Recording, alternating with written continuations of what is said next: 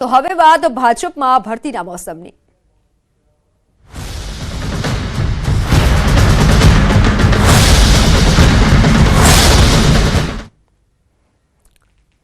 લોકસભાની ચૂંટણી પહેલા ભાજપમાં ભરતીની મોસમ છે। સંસદીય ચૂંટણી પહેલા ગુજરાતની રાજનીતિમાં ગરમાવો આવ્યો છે। આજે વિવિધ પક્ષ સમાજના આગેવાનો કેસરિયા કરશે। પ્રદેશ ભાજપ પ્રમુખની આગેવાનીમાં ભાજપમાં જોડાશે।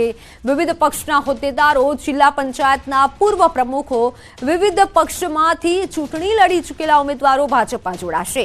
હિંમતનગરના પૂર્વ ઉમેદવાર વિપુલ પટેલ ભાજપમાં જોડાઈ શકે છે। સાબરકાંઠા જિલ્લા કોંગ્રેસના પૂર્વ પ્રમુખ પણ વિપુલ પટેલ રહી ચૂક્યા છે। સહકારી ક્ષેત્રે પણ વિપુલ પટેલનું એક મોટું નામ છે। સાબર ડેરીના ડિરેક્ટર તરીકે પણ તેઓ કાર્યરત છે। તો વિપુલ પટેલ મોટી સંખ્યામાં સમર્થકો સાથે જોડાય તેવી શક્યતા છે।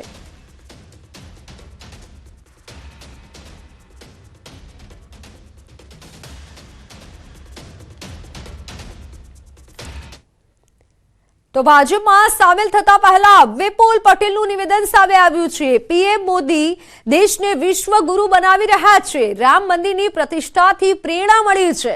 500થી વધુ સમર્થકો સાથે તેઓ ભાજપમાં જોડાઈ શકે છે। તેઓએ કીધું છે કે 500થી વધુ સમર્થકો સાથે ભાજપમાં જોડાઈ રહ્યો છું।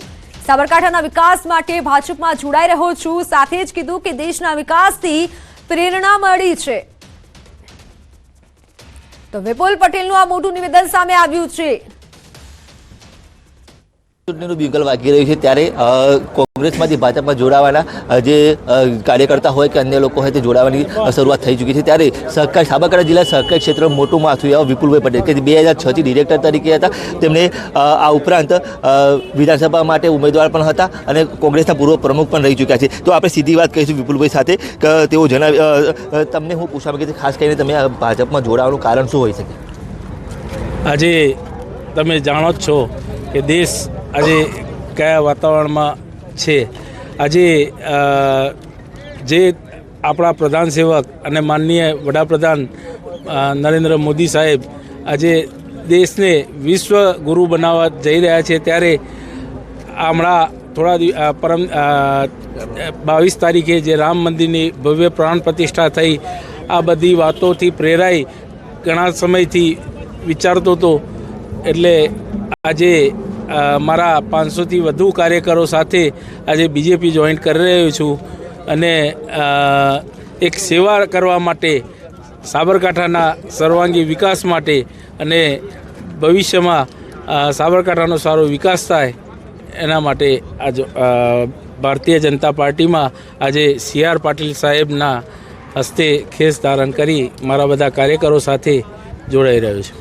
ખાસ વિપુલભાઈ, તમે વિધાનસભાના ઉમેદવાર પણ રહી ચૂક્યા છે, કોંગ્રેસના પ્રમુખ પણ રહી ચૂક્યા છે। તો એ કોંગ્રેસમાં શું ખોટ મળી કે જેના કારણે તમારે ભાજપમાં જોડાવવું પડ્યું? એવી ખોટ તો કંઈ એનું મારે કંઈ કહેવું નથી, પણ મને અત્યારે રામ મંદિરને જે દેશનો વિકાસ જે થઈ રહ્યો છે એ જોઈ હું પ્રેરાઈ અને બીજેપીમાં જોઈન થઈ રહ્યો છું। અનેક ડિરેક્ટર પણ આપણી સાથે ઉપસ્થિત છે। સુધીરભાઈ, હું આપને પૂછવા માંગુ છું, તમે માર્કેટયાર્ડ સાથે પણ જોડાયેલા છો અને અત્યારે હાલ તમે કોંગ્રેસ છોડી ભાજપમાં જોડાવા જઈ રહ્યા, કારણ શું હોઈ શકે? પહેલેથી વિપુલભાઈ જોડે છું, કાયમ રહેવાનું છે એટલા માટે, બીજું કોઈ જ નહીં। જી ચોક્કસ, કે અત્યારે હાલ તમે દ્રશ્યોમાં જોઈ શકો છો તે પ્રમાણે જે મોટી સંખ્યામાં જે સમર્થકો છે, સમર્થકો સાથે 500થી વધુ સમર્થકો છે, તેમની સાથે આ વિપુલભાઈ CR પાટીલના હસ્તે કેસરીઓ ધારણ કરશે અને મોટી સંખ્યામાં જે શક્તિ પ્રદર્શન છે તે પણ વિપુલભાઈ બતાવશે। ઈશાન પરમાર, ન્યૂઝ 18 ગુજરાતી, સાબરકાંઠા। રામ મંદિર પ્રાણ પ્રતિષ્ઠા વિરોધથી કોંગ્રેસને ઝટકો। અરવલ્લીમાં રાજીનામું આપનારા દંપતીનું નિવેદન। પૂર્વ MLAના પુત્ર અને પુત્રવધુ આજે કેસરિયા કરશે। પ્રાણ પ્રતિષ્ઠાના વિરોધથી દુઃખ થયું તેથી હાથ છોડ્યો। કોંગ્રેસમાં નેતૃત્વનો અભાવ છે, સંગઠન કામ કરતું નથી। જિલ્લા પ્રમુખ બદલાય તો પણ જાણ નથી થતી। મેઘરજના પૂર્વ ધારાસભ્ય ગુણવંત પંડ્યાના પુત્ર જતીન પંડ્યા અને પુત્રવધુ રૂપલ પંડ્યાએ ગઈકાલે કોંગ્રેસમાંથી રાજીનામું ધરી દીધું છે। જતીન પંડ્યા જિલ્લા પંચાયત સદસ્ય રહી ચૂક્યા છે, જ્યારે રૂપલ પંડ્યા જિલ્લા મહિલા કોંગ્રેસના ઉપપ્રમુખ હતા। મેઘરજ તાલુકાના જે પૂર્વ ધારાસભ્ય હતા ગુણવંતભાઈ પંડ્યા, તેમના જે પુત્ર અને પુત્રવધુ આજે ભાજપમાં જોડાવા જઈ રહ્યા છે. કોંગ્રેસ સાથે છેડો ફાડી અને ભારતીય જનતા પાર્ટી સાથે જોડાવા જઈ રહ્યા છે. ગાંધીનગર તરફ રવાના થઈ રહ્યા છે. 500 થી વધુ કાર્યકરો સાથે શક્તિ પ્રદર્શન સાથે તેઓ ભારતીય જનતા પાર્ટીમાં જોડાઈ રહ્યા છે. આપણી સાથે દંપતી છે, તેમની સાથે વાત કરીશું. જતીનભાઈ, શા માટે ભાજપ હવે જોડાવવું પડી રહ્યું છે? કોંગ્રેસમાં શું ખોટ રહી ગઈ?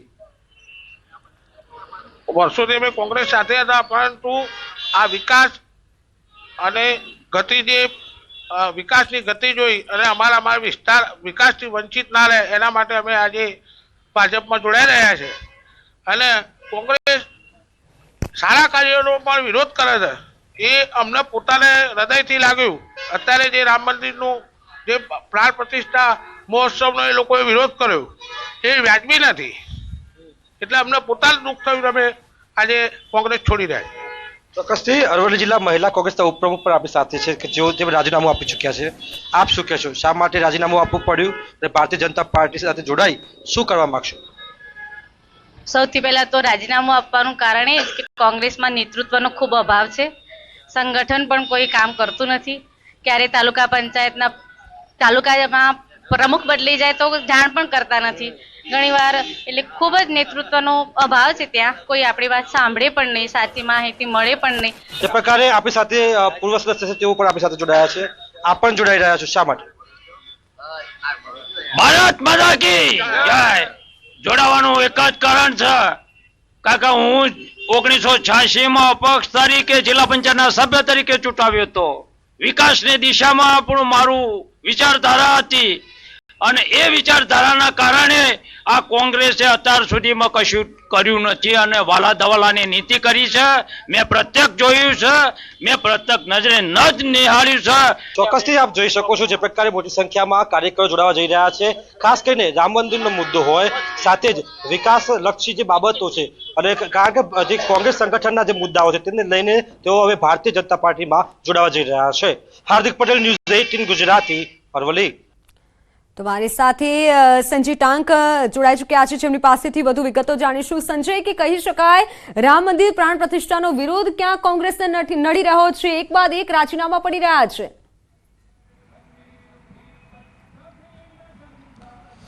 બિલકુલ મિત્તલ, એક તરફ લોકસભાની ચૂંટણી આવી રહી છે અને તેને લઈને ભાજપ, કોંગ્રેસ સહિત તમામ પક્ષો જે છે કે તેઓએ ચૂંટણીને લઈને તૈયારીઓ શરૂ કરી દીધી છે અને બીજી તરફ રામ મંદિર પ્રાણ પ્રતિષ્ઠામાં જે કોંગ્રેસ દ્વારા જે તેનો જે વિરોધ કરવામાં આવ્યો ને તે જ ક્યાંક ને ક્યાંક તેને નડી રહ્યો હોય તેવું સ્પષ્ટ રીતે જોવા મળી રહ્યું છે. ને હવે લોકસભાની ચૂંટણીને લઈને ભાજપમાં ભરતી મેળો શરૂ થયો હોય તેવું ચિત્ર સ્પષ્ટ અત્યારે ઉપસી રહ્યું છે.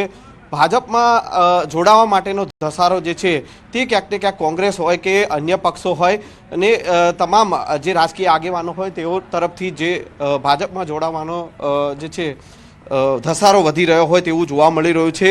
ગઈકાલે ભાજપના રાષ્ટ્રીય અધ્યક્ષ જેપી નડ્ડા કે તેઓ અમદાવાદમાં હતા અને ગુજરાતના 26 લોકસભા બેઠકના જે ચૂંટણી કાર્યાલય જે છે તેની શરૂઆત કરાવી છે અને સાથે સાથે જો કે ભાજપ ગુજરાતમાં 26 બેઠકો પર ભાજપનું પ્રભુત્વ છે, પરંતુ હવે ક્યાંક ને ક્યાંક લક્ષ્યાંક ભાજપનું એ છે કે દરેક લોકસભા બેઠક જે છે તે 5 લાખથી વધુથી મતોથી સરસાઈથી જીતવાનું લક્ષ્યાંક છે અને તેને લઈને ક્યાંક ને ક્યાંક ભાજપે કમર કસી છે.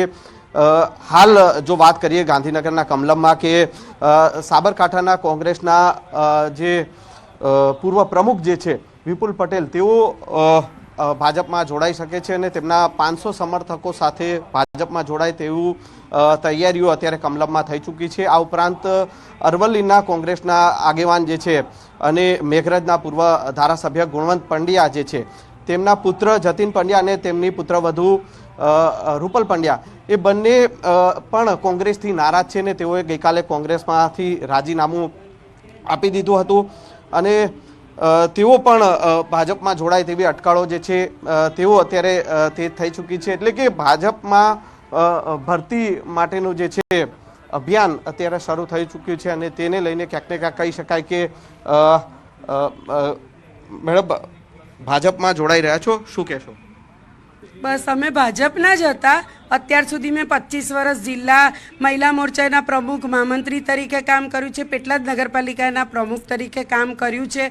પણ આ વખતના નગરપાલિકાના ઇલેક્શનમાં કંઈ ને કંઈ મન દુઃખ હતું, એના કારણે અમે અપક્ષ ઊભા રહ્યા હતા અને હું અપક્ષ જીતી પણ ખરી છું, કારણ કે અમે ભાજપ સાથે રહીને વિકાસલક્ષી કામો કર્યા હતા. હવે ફરી જોડાયા છે. બિલકુલ. તો મિત્તલ જે છે માત્ર કોંગ્રેસમાં જ નહીં પરંતુ અન્ય જે પક્ષો હોય કે પછી કોઈ પણ કારણસર ભાજપથી નારાજ થઈને અન્ય અપક્ષ કે અન્ય પક્ષમાં જોડાયા હોય તેવા આગેવાનોને પણ ભાજપમાં જોડવાનું અત્યારે બિલકુલ સંજય, આભાર.